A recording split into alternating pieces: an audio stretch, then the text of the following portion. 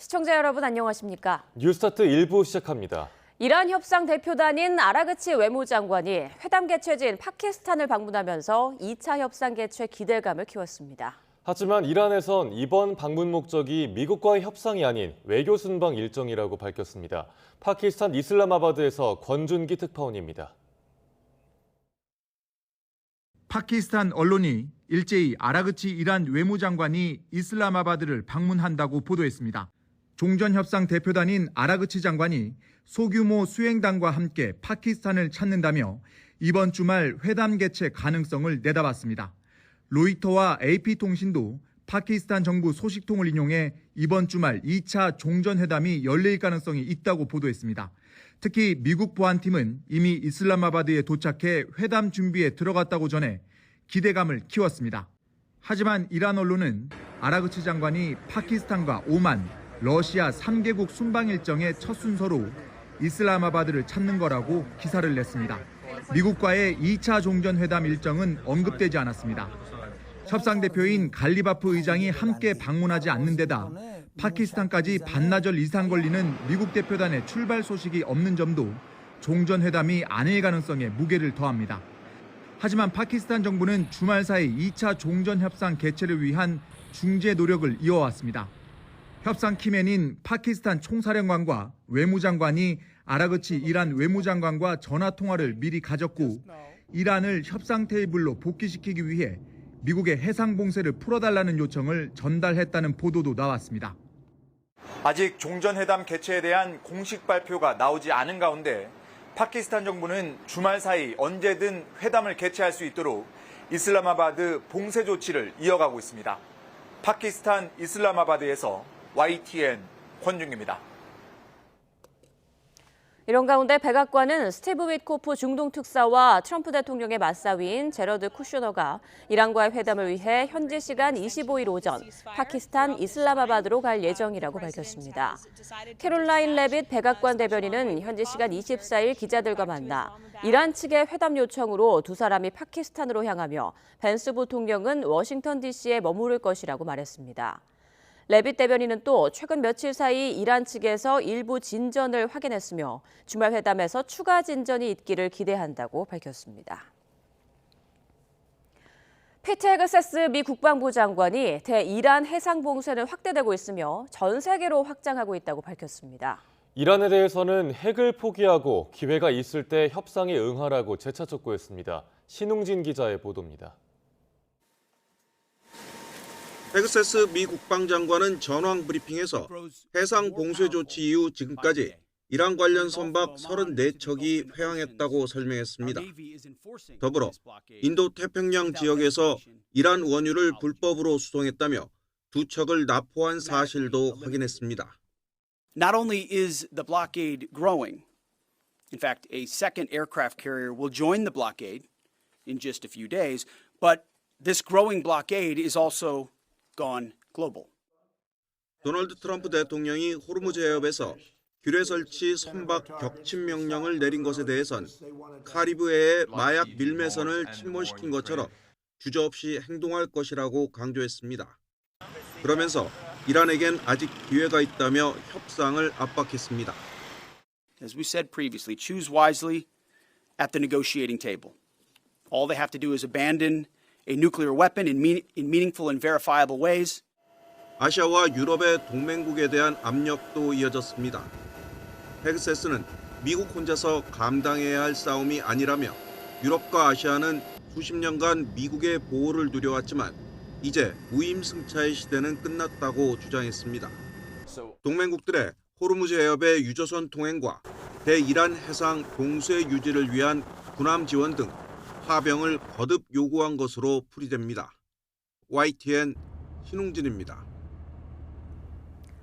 이처럼 2차 종전 회담 개최에 호르무즈 해협 봉쇄 해제 문제가 최대 걸림돌이 된 가운데 미국은 이란을 더 거세게 압박하고 있습니다. 휴전 결렬을 대비해 호르무즈의 이란군을 첫 번째 타격 목표로 검토하고 있는데 미 해군의 세 번째 항공모함도 중동에 도착했습니다. 오만 무스카트에서 신호 기자가 보도합니다.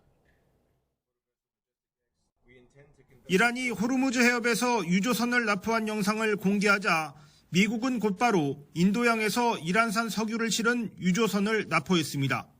미 국방부는 이란 관련 선박 단속 범위를 전 세계로 확대하겠다고 경고했습니다. 트럼프 대통령은 호르무즈 해협을 미국이 완전히 지배하고 있다고 주장하며 돈을 벌고 싶으면 회담장에 나오라고 이란을 압박했습니다. Wait a minute, if we open the strait, that means they're going to make $500 million a day. I don't want them to make $500 million a day until they settle this thing. So I'm the one that kept it closed. We have total control of it. And it'll open when they make a deal or something else happens. CNN은 소식통을 인용해 이번 휴전이 실패로 끝나면 호르무즈 해협의 이란군을 타격하는 작전을 미군이 준비하고 있다고 전했습니다. 모기 함정으로 불리는 소형 고속전과 기뢰 부설 선박 같은 이란의 비대칭 전력이 핵심 목표입니다. 미국은 조지 H.W. 부시 항공모함의 중동 작전구역 진입도 발표했습니다. 이번 전쟁 초기부터 투입된 에이브러함 링컨함과 제럴드 R. 포드함에 이어 세 번째 항공모함입니다. 반대로 이란 언론은 미국의 제재 대상인 유조선이 봉쇄를 뚫고 호르무즈 해협 안으로 들어왔다는 보도를 내놨습니다. 호르무즈 바깥 항구를 통해 중국으로 에너지 수출도 유지하고 있다면서 미국의 봉쇄를 버틸 수 있다는 여론전을 펼쳤습니다. 이란은 이번 주말부터 테헤란의 호메이니 국제공항에서 이스탄불과 무스카트, 베이징을 오가는 항공편도 재개하기로 했습니다. 미국과 이란은 호르무즈 해협 봉쇄를 먼저 푸는 순간 종전회담의 주도권도 뺏긴다고 판단하고 있습니다. 호르무즈 해협 봉쇄 문제가 이번 주 개최 가능성이 거론되던 2차 종전회담의 최대 걸림돌이 됐습니다. 오만 무스카트에서 YTN 신호입니다. 이란 전쟁이 발발한 지 2달을 향해 가면서 미국과 이란 양국 모두 물러설 수 없는 시간의 덫에 갇혔습니다. 법적 시한에 쫓기는 트럼프 대통령과 경제적 질식 상태에 빠진 이란 모두 벼랑 끝에 몰려 있습니다. 권영희 기자입니다. 트럼프 미국 대통령의 시기는 일주일 뒤인 5월 1일을 정조준하고 있습니다. 대통령이 의회 승인 없이 군사력을 동원할 수 있는 법적 마지노선 60일이 바로 이날 끝납니다. 1973년 제정된 전쟁 권한법이 트럼프 대통령의 무력 행사에 강력한 법적 제동을 걸고 나선 셈입니다. 야당은 물론 여당인 공화당 내부에서도 법적 근거 없는 전쟁 연장에 반대하는 이탈표가 나오기 시작했습니다. 트럼프 대통령은 연일 시간 압박은 없다고 강변하지만 의회와의 정면 충돌을 피하기 위한 행정부 내부의 고심은 깊어지고 있습니다. I think Congress is the only ones that has the ability to declare war on another country. I think Trump is acting without proper authorization. 이란의 시계 역시 경제적 파산이라는 최악의 결말을 향해 빠르게 달려가고 있습니다. 미국의 호르무즈 역봉쇄로 생명줄인 원유 수출길이 막히면서 이란 경제는 사실상 마비 상태에 빠졌습니다. 특히 핵심 거점인 하르그 섬의 저장 탱크가 가득 차면서 이제는 유전을 아예 폐쇄해야 할 절박한 처지에 놓였습니다. 원유를 뽑아내도 담을 곳이 없는 물리적 한계가 이란 지도부의 숨통을 조이고 있습니다. I don't want them to make $500 million a day until they settle this thing. So I'm the one that kept it closed. We have total control of it. 미 행정부는 이 틈을 타 30조 원 규모의 동결 자산 해제라는 파격적인 경제적 당근을 제시하며 종전을 압박하고 있습니다. 하지만 이란 강경파가 배수의 진을 치고 있는 데다 법적 절차보다 실리를 앞세우는 트럼프 대통령이 60일 시한을 그대로 따를 가능성은 낮아 보입니다. 결국 두 나라의 기싸움은 5월 1일을 기점으로 의회의 예산 차단과 군 통수권 논란이 맞물린 유례없는 정치적 소용돌이로 번질 전망입니다. YTN 권영입니다. 미 국방부가 이란 전쟁 과정에서 협조하지 않은 북대서양 조약기구 나토 동맹국들을 겨냥해 전례 없는 보복 조치를 검토 중인 것으로 드러났습니다. 트럼프 행정부의 동맹 성적표에 따라 76년 역사의 나토 체제가 뿌리째 흔들리고 있습니다. 양희력 기자가 보도합니다. 이란과의 전쟁 작전을 지원하지 않는 나토 동맹국을 제재하는 방안을 미국 정부가 논의했다. 미국 국방부 내부 이메일을 근거로 영국 로이터 통신이 보도한 내용입니다. 가장 충격적인 대안은 스페인을 나토에서 일시적으로 제명하는 카드입니다. 스페인은 사회노동당 정부의 결정에 따라 로타 해군기지와 모론 공군기지 등 미군의 핵심 전략 자산 사용을 전면 불허했습니다. 또 미국은 협력을 거부한 영국을 압박하기 위해 아르헨티나와 분쟁 중인 포클랜드 제도의 영유권 지지를 처리하는 방안까지 검토 대상에 올렸습니다. 그러나 이번 전쟁에 비협조적인 국가들을 나토 주요 직책에서 배제하는 방안을 구상하고 있지만 미국의 나토 탈퇴나 유럽 주둔국 감축 같은 내용은 담기지 않은 것으로 알려졌습니다. 앞서 백악관이 나토 회원국들을 기여도에 따라 착한 동맹국, 나쁜 동맹국으로 분류했다는 미 폴리티코 보도에서 한 발 더 나아간 조치로 풀이됩니다. 도널드 트럼프 미국 대통령은 지난 2월 이란 전쟁 시작 이후 나토 동맹국을 향해 온라인, 오프라인을 가리지 않고 거센 비판을 이어왔습니다. 호르무즈 해협에 해군을 파견하지 않는 등 지원에 소극적이라는 게 주된 이유였습니다. We've had great support from countries in the Middle East, great support, but we've had no support from, essentially, no support from NATO. 스페인을 나토 동맹국에서 제외한다는 이메일 내용에 스페인 산체스 총리는 원칙론을 강조하며 전쟁에 협조할 뜻이 없음을 다시 한번 분명히 했습니다. Bueno, nosotros no trabajamos sobre emails, trabajamos sobre documentos oficiales y posicionamientos que haga, en este caso, el gobierno de Estados Unidos. La posición del gobierno de España es clara. Absoluta colaboración con los aliados, pero siempre dentro del marco de la legalidad internacional. 문제는 미국이 정보 공유 배제나 외교적 지지 철회 등 우회적 보복을 실행할 경우 나토의 핵심인 집단 방위 체제가 사실상 마비될 수 있다는 점입니다. 한 국가에 대한 공격은 전체에 대한 공격이라는 76년 동맹의 대원칙이 트럼프식 안보 무임승차 논리에 밀려나고 있는 겁니다. 이란 전쟁의 포화 속에서 우방국을 적으로 돌리는 미국의 강경 노선이 동맹의 근간을 흔들고 있습니다. YTN 양일혁입니다. 트럼프 대통령의 중재로 레바논 휴전이 3주간 연장됐지만 이스라엘군과 헤즈볼라 간 무력 공방은 계속되고 있습니다. 베냐민 네타냐후 이스라엘 총리는 친이란 무장정파 헤즈볼라가 이스라엘과 레바논 간의 평화협상을 방해하고 있다고 주장하며 휴전 중이라도 응징할 수 있다고 했습니다. 보도에 한상욱 기자입니다. 이스라엘군이 현지 시간 24일 오전 레바논 남부의 키르벳 셀름, 툴린 등의 건물을 공습했습니다. 이스라엘군은 이번 공격이 전날 밤 이스라엘 북부 접경 마을을 겨냥했던 헤즈볼라의 로켓 포격에 대한 보복 차원이며 공습 대상 건물은 헤즈볼라의 공격 거점들이라고 말했습니다. 이후 헤즈볼라는 레바논 남부에 주둔 중인 이스라엘군과 이스라엘 북부 접경 지역을 겨냥해 자폭 드론을 발사했습니다. 오후에는 레바논 남부 소도시 테러 상공에서 이스라엘군의 드론이 헤즈볼라의 방공 미사일에 요격됐습니다. 헤즈볼라의 핵심 요소로 알려진 빈트 지베일에서는 이스라엘군이 헤즈볼라 대원 6명을 사살했다고 밝혔습니다. 네타냐후 이스라엘 총리는 헤즈볼라가 평화협상을 방해한다고 주장하며 휴전 중이라도 응징할 수 있다고 말했습니다. תקפנו אתמול, תקפנו היום, אנחנו נחושים להחזיר את הביטחון לתושבי הצפון. 트럼프 미국 대통령은 전날 이스라엘과 레바논 고위급 대표들과 회담을 주재한 뒤 소셜미디어를 통해 이스라엘과 레바논의 휴전은 3주 연장될 거라고 말했습니다. 이스라엘과 레바논은 트럼프 대통령의 주재로 18일부터 열흘간 휴전에 돌입했지만 이후에도 이스라엘군과 헤즈볼라 간 무력 충돌은 계속 이어지고 있습니다. YTN 한상욱입니다. 4차 석유 최고가격제 시행 첫날 전국 기름값 상승세는 이어졌습니다. 휘발유에 이어 경유의 평균값도 3년 9개월 만에 리터당 2,000원을 넘어섰습니다. 손효정 기자입니다. 서울 도심의 한 주유소. 휘발유와 경유 판매 가격이 2,000원을 훌쩍 넘겼습니다.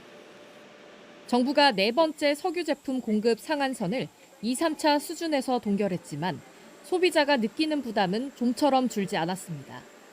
주유값이 동결이 되더라도 주유하는 사람은 굉장히 체감이 커요. 주유하는 사람 입장에서는 지나가면서 계속 주유소 가격을 체크하게 되죠. 공급 가격이 묶여 한숨 돌렸지만 앞으로 기름값이 더 오르진 않을까 하는 우려는 여전합니다. 호르무즈 때문에 기름이 들어오는 게 문제가 있잖아요. 그런 걸 정부가 그냥 누른다고 되는 것도 아닐 거고 운전하는 사람들 기름값도 문제지만은 물가가 많이 오를 것 같아서 걱정스러워요. 전국 기름값은 소폭 상승 흐름을 이어갔습니다. 전국 휘발유 평균 가격은 2,006원, 경유는 2,000원을 기록했습니다. 경유 가격이 2,000원을 돌파한 건 러시아 우크라이나 전쟁 이후 3년 9개월 만입니다. 3차 최고 가격 고시 이후 2주 동안 휘발유와 경유 가격은 각각 리터당 평균 186.8원, 184.2원 오른 것으로 집계됐습니다.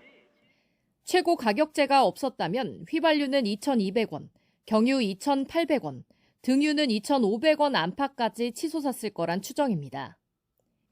정부는 물가 안정을 위해 경유 가격 상승을 억제했지만 화물차 등 생계형 수요자들이 느끼는 변화는 크지 않습니다.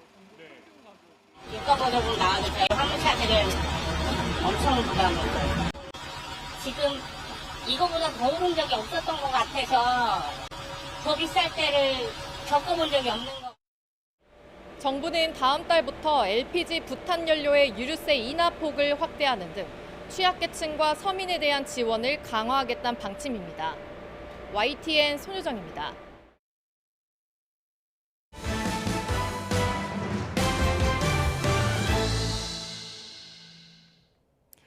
이재명 대통령이 또럼 베트남 공산당 서기장과 부부 동반 친교 행사를 끝으로 인도 베트남 순방을 마쳤습니다.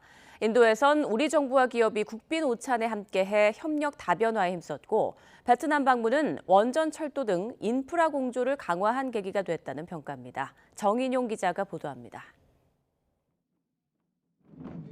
이재명 대통령과 또럼 베트남 공산당 서기장 부부가 탕롱황성 도안문을 배경으로 기념사진을 찍습니다. 베트남 국빈 방문 마지막 일정으로 유네스코 세계문화유산이자 하노이 대표 관광명소에서 공연을 관람하며 유대감을 쌓는 시간을 보냈습니다. 너무 잘 어울리지 않습니까?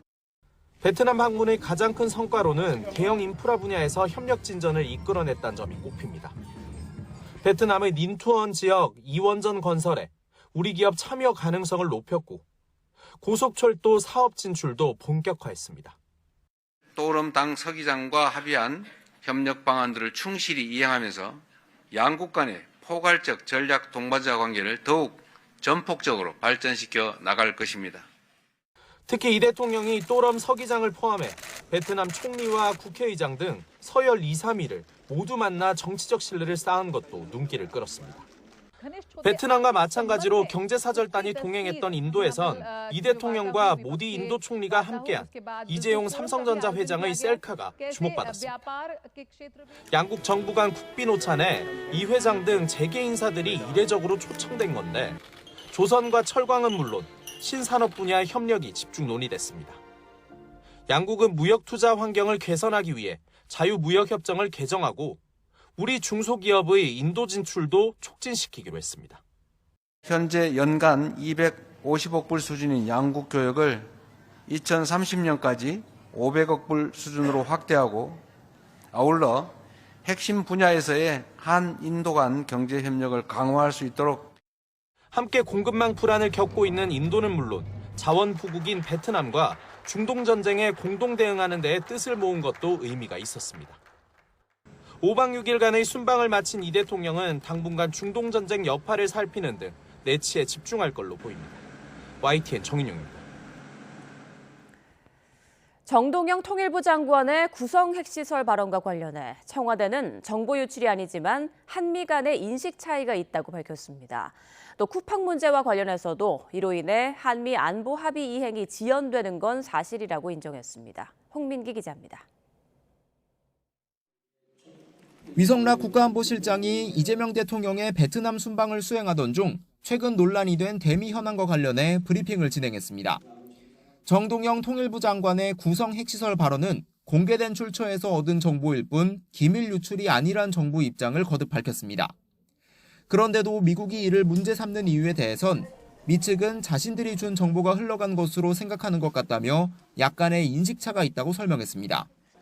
미국과는 여러 채널로 소통하고 있고 정상적인 협력 상태로 돌아가야 한다면서도 우리 정부 입장이 전달되기까지는 시간이 걸릴 것 같다고 언급하기도 했습니다. 특히 언론과 정치권의 과도한 관심이 정치적 대립으로 번지고 있다는 우려 또한 나타냈습니다. 위 실장은 쿠팡 정보 유출 사태가 한미 관계에 미치는 여파에 대해서도 설명했습니다. 핵 잠수함 건조, 농축 핵연료 재처리 권한 확대 등 지난해 합의된 안보 분야 협의가 지연되는데 쿠팡 문제가 영향을 주는 건 사실이라고 인정했습니다. 쿠팡 문제는 법대로, 안보 협의는 협의대로 진행돼야 한다는 게 우리 측 입장이라며 강경화 주미대사에게 쿠팡 등 미국 기업을 차별하지 말라는 항의성 서한을 보낸 미 공화당 소속 의원들에게도 이를 설명하고 있다고 전했습니다. 극우 성향 논란이 제기된 미셸 박스틸 주한미 대사 내정자에 대해서도 특별히 문제가 있지는 않다며 한미 관계를 푸는 데 좋은 역할을 할 걸로 기대된다고 밝혔습니다. 위 실장은 한미 관계가 가까운 만큼 다양한 현안이 있을 수 있고 이를 잘 관리해야 한다며 최근 구성 발언과 쿠팡 문제로 동맹에 균열이 생긴 것 아니냐는 일각의 우려에 선을 그었습니다. YTN 홍민기입니다. 한미 갈등의 여지는 정치권에도 몰아쳤습니다. 국민의힘은 정동영 통일부 장관 해임안을 내며 공세 수위를 한껏 높였는데요. 우원식 국회의장은 미국 공화당 하원 의원들의 쿠팡 서한을 놓고 명백한 내정 간섭이라고 각을 세웠습니다. 부장원 기자입니다. 연일 대여 공세에 고삐를 죄고 있는 장동혁 대표. 예정에 없던 기자회견을 열고 구성 핵시설 발언 사태를 정조준했습니다. 직접 제임스 앨러 주한 미국 대사 대리를 만나 미국 쪽 분위기를 확인한 결과 동맹 간 신뢰가 붕괴할 위기에 직면했다며 정동영 통일부 장관의 해임을 촉구했습니다. 이재명 대통령이 정동영 장관을 계속 지키려 한다면 한미 동맹은 더욱 큰 균열로 갈 수밖에 없습니다. 국회 국방위원장인 성일종 의원도 국가안보실장이 확인했듯 동맹이 삐걱대는 건 명백하다며 더는 국가에 짐이 되지 말라고 쏘아붙였습니다. 국민의힘은 예고한 대로 소속 의원 전원 명의로 정 장관에 대한 해임 건의안을 발의했습니다. 재적 의원의 과반 찬성이 필요한 만큼 본회의 통과 가능성은 없지만 정치적 책임은 따져 묻겠다는 겁니다. 다수당인 민주당에 막혀서 통과되지 않는다 하더라도 국무위원으로서의 본분을 망각한 행위에 대해서는 더불어민주당은 청와대가 키를 주고 미국 측과 해결의 실마리를 찾고 있는 만큼 대응을 자제하는 분위기입니다. 대신 입법부 수장이자 국가의전서열 2위 우원식 국회의장은 한미 갈등의 또 다른 축 쿠팡 사태를 놓고 목소리를 냈습니다. 미국 공화당 하원 의원들이 강경화 주미대사에게 쿠팡에 대한 차별적 규제를 중단하란 편지를 보낸 건 있을 수 없는 일이라고 규탄한 건데 명백한 내정 간섭이라고도 각을 세웠습니다. 우리가 갖고 있는 법률을 인정하지 않겠다는 소리죠. 만약에 우리 기업들이 미국에서 그런 일을 했으면 미국에서 가만히 있을 겁니까? 예. 저는 그래서 이건 명백한 내정 간섭이다. 민주당도 사명의식 없는 대미 굴종 본능이라며 미국이 한마디 하면 좌불안석이 되는 사고방식이 참담하다고 비판했습니다. 국민의힘은 삐걱대는 한미동맹을 발판 삼아 대여 공세 수위를 높여갈 심산인데 국민보호와 국익을 최우선에 놓는 절묘한 줄타기도 필요해 보입니다. YTN 부장원입니다. 한미 간 대북 정보 공유 제한을 두고 논란이 이어지는 가운데 북핵 외교수석 대표인 정현두 외교부 외교전략정보본부장이 미국에서 헬리슨 후커 미 국무부 정무차관을 만납니다. 미 국무부는 일정 공지를 통해 정 본부장이 현지 시간 24일 오전 워싱턴 DC의 국무부 청사에서 후커 차관을 비공개로 만날 예정이라고 전했습니다. 후커 차관은 트럼프 1기 행정부 시절 북미 정상외교에 깊이 관여한 미 정부 내 손꼽히는 대북 전문가입니다. 미국의 대북 정보 공유 제한 여부를 둘러싼 논란 속에 상황 공유와 대응과 관련한 논의가 있을 것으로 전망됩니다. 북한과 러시아가 두만강 자동차 다리를 연결한 데 이어 친선병원 공사에도 착수하며 최근 교류 협력을 더 강화하는 모습입니다. 이른바 쿠르스크 해방 1주년을 앞두고 거듭 밀착을 과시하는 것으로 보이는데 김정은 국무위원장의 첫 모스크바 방문으로도 이어질지 주목됩니다. 이종원 기자입니다. 북한과 러시아가 두만강 중앙을 향해 각각 공사를 진행한 교량이 강 한복판에서 만났습니다.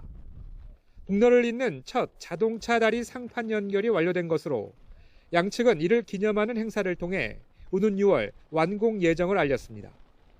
애초 올해 말 공사 완료가 목표였지만 완공 시점을 반년이나 앞당겼습니다.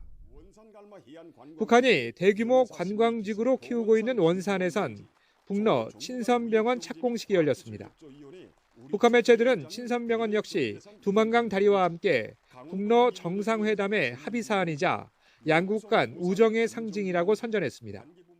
역사적인 상봉에서 이룩하신 합의를 실천하는 사변으로서 특별한 의의를 가진다고 하면서 이는 두 나라 사이의 협조가 변함없이 발전하고 있다는 것을 보여주는 이 같은 이딴 이벤트 등을 계기로 러시아에선 장관 3명이 동시에 북한을 방문했는데 이른바 쿠르스크 해방 1주년에 발맞춘 북러 밀착 과시용이란 분석이 나옵니다.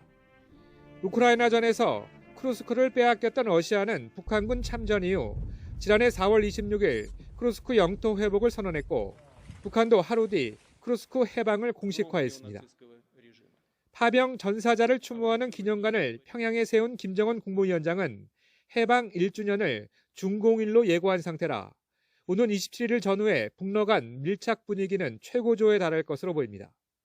기념관 건립 기념식 때는 총리급 인사가 평양을 방문할 가능성이 저는 상당히 높다고 봅니다.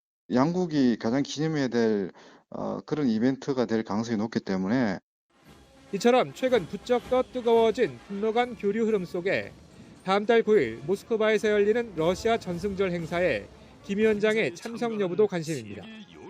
이미 2차례 정상회담에서 푸틴이 거듭 러시아 답방을 요청했기 때문인데 미중 정상회담 개최를 목전에 둔 시기라는 점에서 김 위원장의 첫 모스크바 방문 성사 여부가 더욱 주목됩니다. YTN 이정원입니다. 특검이 평양에 무인기를 투입해 일반 이적 혐의로 기소된 윤석열 전 대통령에게 중형을 구형했습니다. 비상계엄 선포 여건을 조성할 목적으로 국가와 국민을 위태롭게 했다는 겁니다. 임혜진 기자가 보도합니다. 특검이 일반 이적 등 혐의로 재판에 넘겨진 윤석열 전 대통령에게 징역 30년을 구형했습니다. 함께 범행을 주도한 혐의를 받는 김용현 전 국방부 장관에게는 징역 25년이 구형됐습니다. 이들은 지난 2024년 10월 12.3 비상계엄의 명분을 만들기 위해 평양에 무인기를 보내 한반도의 군사적 긴장을 높인 혐의로 재판에 넘겨졌습니다. 특검은 국민의 생명과 안전을 책임지는 국군 통수권자와 국방부 장관이 반대 세력을 제거하고 권력을 독점할 목적으로 반국가, 반국민 범죄를 저질렀다고 질타했습니다. 실제 작전 실행으로 국가 안보에 위해가 발생했고 국가적 혼란과 군기 문란이 초래돼 중형이 불가피하다는 겁니다. 또 비상계엄과 연장선에 있는 사건인 만큼 앞서 진행된 내란 재판 구형량도 함께 고려했다고 덧붙였습니다. 윤 전 대통령은 1시간가량 이어진 최후 진술에서 무인기 작전은 국민과 국가를 북한의 도발과 위협으로부터 지키기 위한 정당한 작전이었다고 주장한 것으로 전해졌습니다. 윤 전 대통령 측 변호인단은 특검이 법리와 사실을 조작해 정치 기소를 했다며 무죄를 주장했습니다. 정말 법 왜곡죄가 필요할 수도 있겠다라는 생각이 들었습니다. 전혀 구속 요건에도 맞지도 않는 그냥 기소를 한 겁니다. 수사를 하고 이 수사 자체가 다 어떻게 보면 이적행위입니다. 일반 이적 재판은 그동안 군사상 안보 등을 이유로 비공개로 심리가 이뤄졌는데 오는 6월 12일 열리는 선고 공판은 공개로 진행될 예정입니다. YTN 임혜진입니다. 로봇계 사업가로부터 사업 지원 청탁을 받고 고가의 명품 시계를 수수한 혐의를 받는 김건희 씨가 청탁은 없었다며 혐의를 부인했습니다. 특검 측의 주 신문에 증언을 거부하던 김 씨는 서 씨 측의 반대 신문에서 청탁은 전혀 없었고 서 씨가 어떤 사업을 하는지도 몰랐다고 주장했습니다.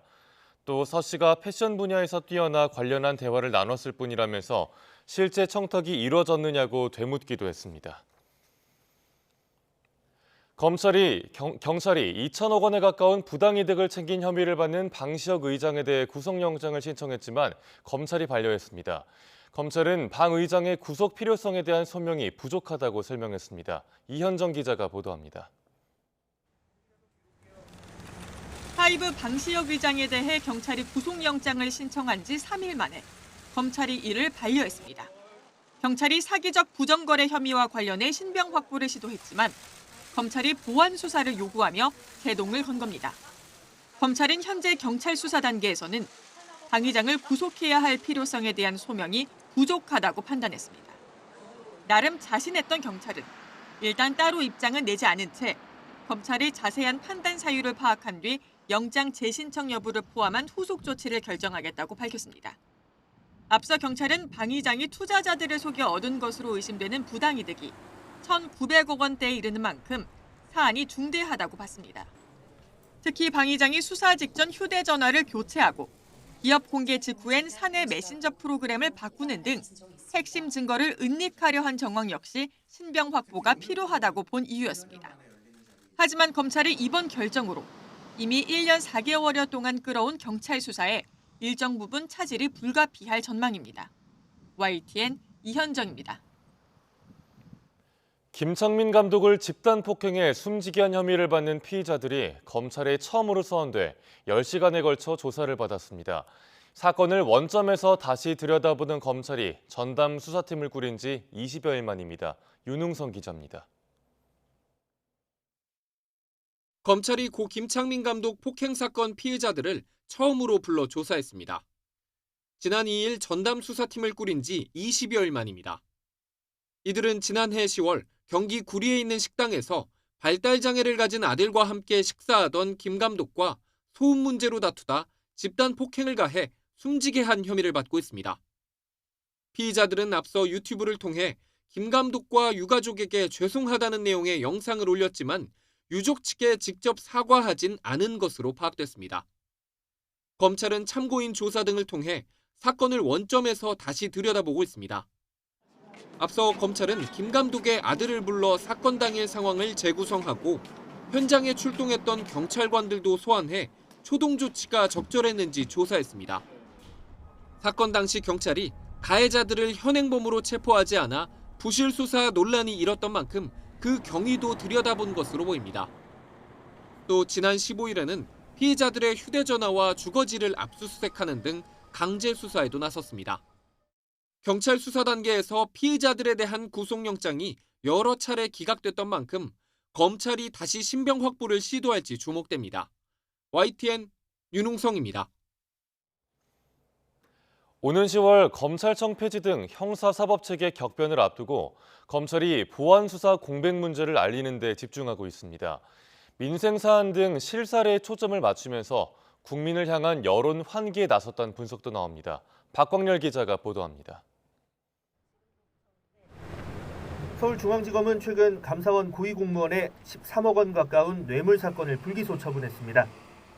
공수처가 검찰의 보안수사 요구를 거부했고 검찰의 직접 보안수사도 권한 부존재를 이유로 발목이 잡힌 사이 공소시효가 임박한 겁니다. 박철우 중앙지검장 지시로 중앙지검 2인자가 이례적으로 직접 브리핑에 나서 차분하지만 조목조목 문제점을 짚었습니다.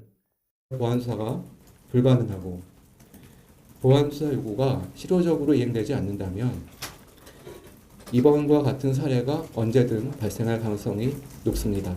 새로운 제도의 설계 과정에서도 충분한 논의와 검토가 필요해 보입니다. 중수청, 공소청 체제에서의 제도적 허점 가능성도 잇따라 지적하고 있습니다. 공소청법에서 삭제된 특별사법경찰관 지휘감독권이 대표적입니다. 검찰은 단순 뇌물 요구로 넘어온 특사경 억대 뇌물수수 사건과 관련해 마약 사건을 뇌물을 받고 무마해준 사실을 직접 수사로 밝혀냈다며 사법통제 필요성을 강조했습니다. 보안수사 성과 부각도 잇따르는데 눈길을 끄는 건 생활 밀착형 사건이 대다수라는 겁니다. 7년간 이웃 주민을 스토킹한 피의자를 보안수사를 거쳐 구속해 추가 범행 가능성을 차단하거나 사망 원인이 병사로 적혀 넘어왔지만 교통사고와의 인과관계를 입증한 사건 등이 포함됐습니다.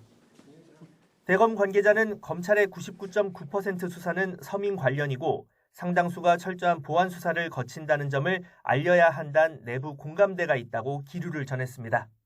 반년도 남지 않은 형사사법체계의 개편을 앞두고 자칫 개문발차가 되는 게 아니냐는 우려가 이어지는 가운데 민생을 키워드로 하는 대국민 설득이 본격화하는 모양새입니다. YTN 박광렬입니다.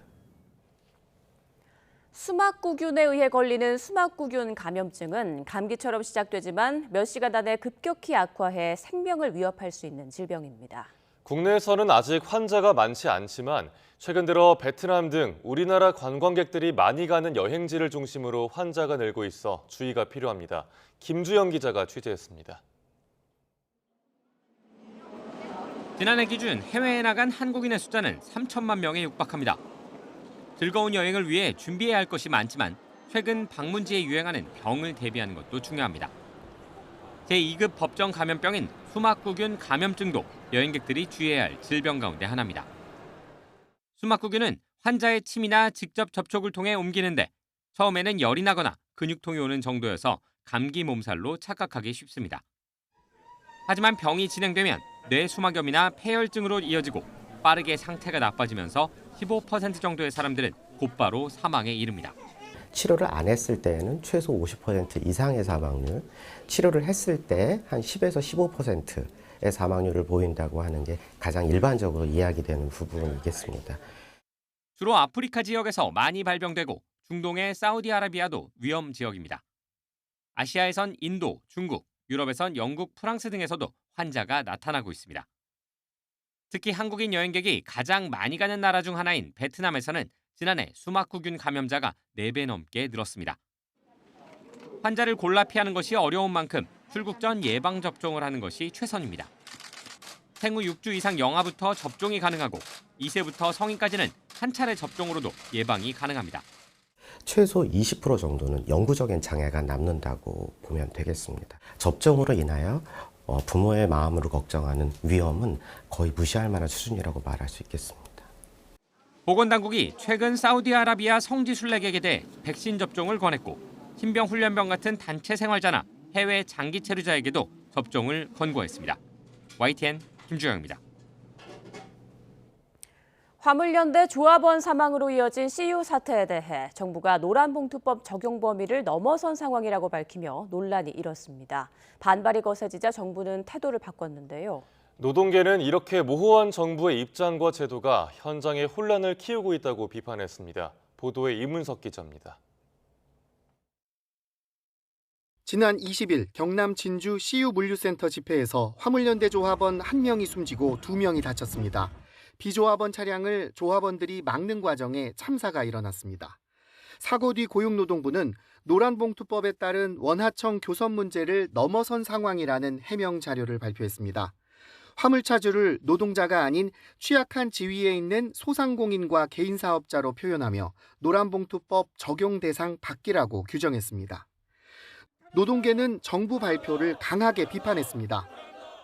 소상공인, 개인사업자들이 단결해서 논의할 수 있는 구조가 없기 때문에 발생한 일이라 합니다. 틀렸습니다. 그렇다면 노동부가 나설 이유도 없습니다. 반발이 거세지자 노동부는 슬그머니 태도를 바꿨습니다.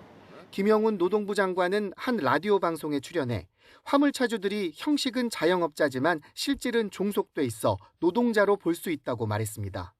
또 CU 운영사인 BGF 리테일을 원청으로 지칭하며 이번 사태를 노란봉투법의 취지가 아직 현장에 안착되지 못한 결과라고 표현했습니다. 이 문제는 결국 노동조합의 노사관계로 풀어야 되는데요. 그것들 대화로 풀지 못한 결과가 이런 충돌로 나타났다고 생각합니다. 특수고용직인 화물차주의 노동자성 그리고 노란봉투법 적용 여부에 대해 정부가 갈팡질팡 입장을 보이고 있는 겁니다. 노동계는 정부의 이런 모호한 태도와 법 제도가 오히려 쟁의를 요구하고 투쟁할 권리를 막고 있다며 비판했습니다. CU 사태 원청인 BGF 측은 사고 뒤 화물연대와 대화를 시작했지만 사용자성은 여전히 인정하지 않고 있습니다. YTN 이문석입니다. 부천에 있는 한 사립유치원 원장이 독감에 걸려 숨진 교사가 사경을 헤매던 시기에 사직서를 대리 작성한 혐의로 경찰 수사를 받고 있는데요. 유족 측이 산업재해 관련 서류를 요청하자 유치원 측이 바로 변호사를 선임하면서 산지 인정을 피하려 한 걸로 의심되는 정황을 YTN이 단독으로 확보했습니다. 윤혜리 기자의 보도입니다. 너무 아파서 눈물이 나 집 가려고.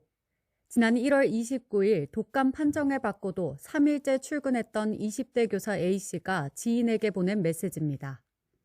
다음날 열이 40도 가까이 오른 뒤에서야 병원에 갈 수 있었던 A씨는 손발이 괴사되다 이번 2주 만인 2월 14일 폐혈성 쇼크로 숨졌습니다. A씨가 숨지기 전인 2월 11일 아버지는 유치원 원장을 만났습니다. 병원으로부터 딸이 평생 장애를 가지고 살 수도 있다는 말을 듣고 유치원 측에 산업재해 신청을 알리고 관련 서류를 요청하기 위해서였습니다. 그런데 다음 날 유치원 측은 변호사를 선임했습니다. 변호사를 선임한 것 같다고 그렇게 얘기하면은 근데 맞나요, 그게? 변호사를 선임한 거는 맞고 그건 이제 사실인데 비협조적이라는 건 어떤 부분인지. 제가 뭐 거기에 대해서 소송을 하겠다는 게 아니라 산재 좀 할 수 있게 좀 도와달라고 그 얘기를 했는데 변호사를 선임하면 그런 부분까지 저는 다 손해배상 청구할 수밖에 없어요. 유족 측은 유치원 측이 산재 인정을 막으려고 곧바로 변호사를 선임한 것으로 의심하고 있습니다. 그러면서 산재 신청을 알리자마자 책임을 회피하려는 생각부터 한 것이 아니냐며 유치원 측의 대응을 비판하고 있습니다. 또 유치원 원장이 A씨가 사경을 헤매며 중환자실에 입원해 있던 2월 10일에 직접 사직서를 작성한 것처럼 꾸몄다는 의혹에 대해서도 유치원 측이 책임을 피하려는 과정에서 불거진 일 아니냐며 철저한 진상조사를 요구하고 있습니다. 다만 원장은 지난 14일 경찰 조사에서 사문서 위조 혐의에 대해서는 대부분 인정한 것으로 알려졌는데 경찰은 정확한 동기를 파악해 조만간 원장을 검찰에 송치할 예정입니다. 이런 가운데 사학연금재단은 다음 달 초 A씨에 대한 직무상 재해 인정 여부를 최종적으로 판단할 예정입니다. YTN 윤혜리입니다. 서울 목동에서 지게차가 자전거를 들이받아 자전거 운전자가 숨졌습니다. 또 곳곳에서 화재도 잇따랐습니다. 사건 사고 소식 신기혜 기자가 보도합니다. 도로 위에 지게차 한 대가 멈춰 있고 소방관들이 가림막을 쳐둔 채 현장을 수습합니다.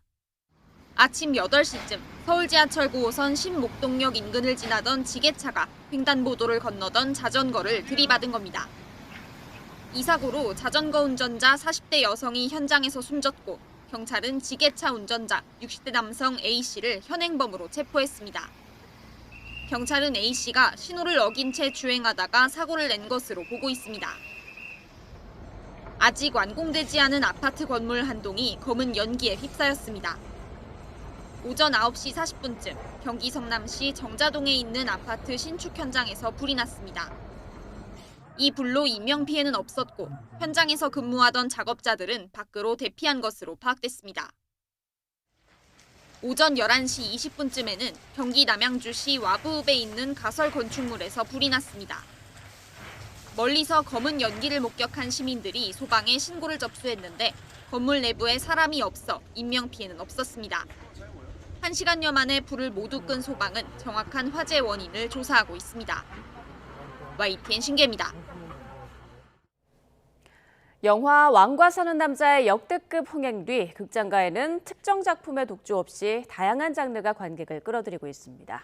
차세대 고레에다 히로카즈로 불리는 하야카와 치에 감독이 아이의 시선으로 어른의 세계를 풀어낸 작품이 관객들과 만납니다. 개봉 영화 김승환 기자가 소개합니다. konnichiwa.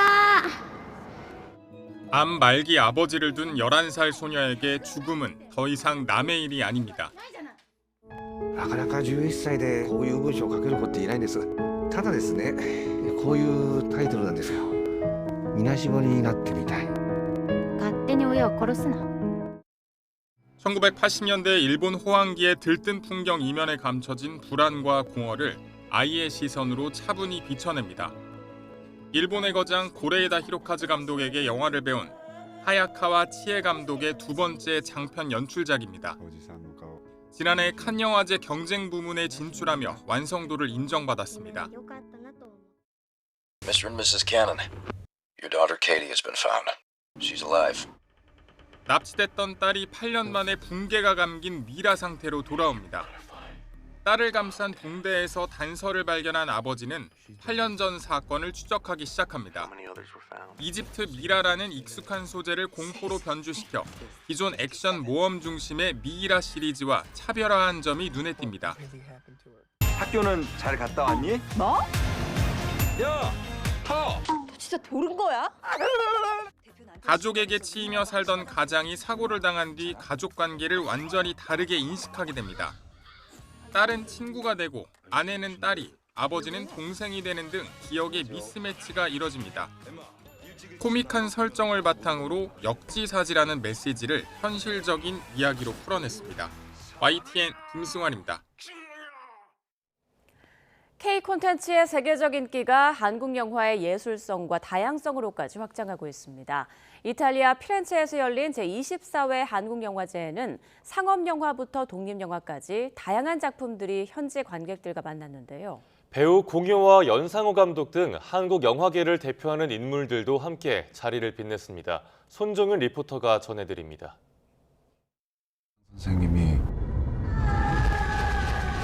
들어와서 장애인 학교의 성범죄 실화를 다룬 영화 도가니부터 K 좀비 장르의 새 장을 연 부산행까지 배우 공유의 대표작 6편이 이탈리아 스크린에 올랐습니다. 이탈리아 피렌체에서 열린 제24회 플로렌스 한국영화제 특별전 현장입니다. 현지 관객의 환호 속에 무대에 오른 배우는 한국 영화에 대한 관심에 사의를 표했습니다.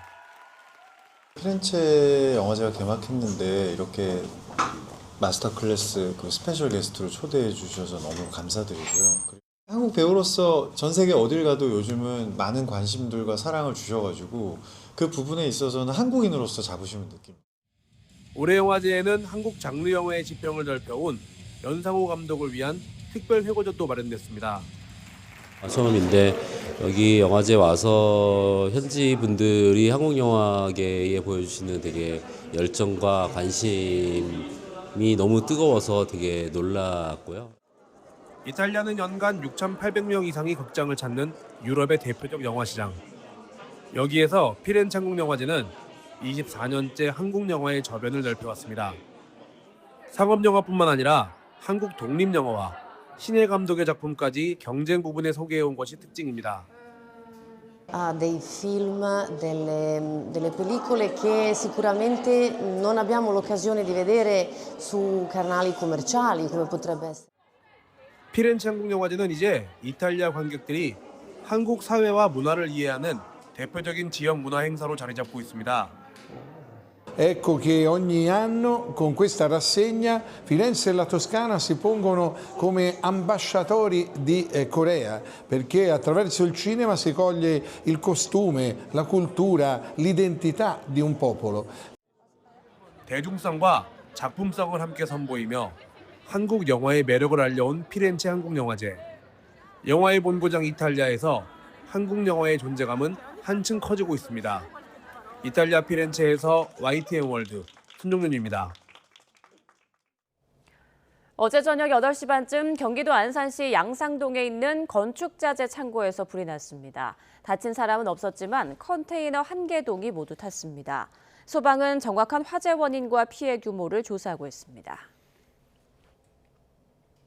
어제 오후 5시쯤 대구 남구청 내거리에서 가로 세로 50cm, 깊이 1.5m 규모의 땅꺼짐이 발생했습니다. 다친 사람이나 파손된 차량은 없었는데 담당 기관이 긴급 복구 작업을 벌이는 과정에서 주변 통행이 통제됐습니다. 구청은 정확한 사고 원인을 조사하고 있습니다.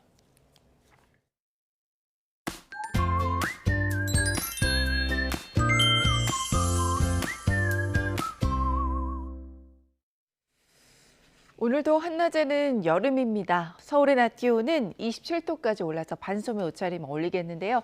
일교차는 15도 이상 극심하게 벌어집니다. 겉옷 꼭 챙기시길 바랍니다. 날은 더 건조합니다. 건조특보가 더 확대하면서 중부와 경북, 전북 일부에 건조주의보가 발효 중입니다. 특보가 확대할 가능성이 있으니까요. 기상정보 잘 참고해 주시길 바랍니다. 오늘 전국이 맑아서 나들이 하기 좋겠습니다. 현재 기온 살펴보겠습니다. 춘천이 6.1도, 강릉 7.5도, 대구 6.4도 보이고 있고요. 낮에는 지금보다 기온이 15도 이상 크게 오릅니다. 춘천 26도를 비롯해 청주도 26도, 대구 25도까지 오를 것으로 보입니다. 날씨였습니다. 뉴스타트 1부 마칩니다. 잠시 후 2부가 이어집니다.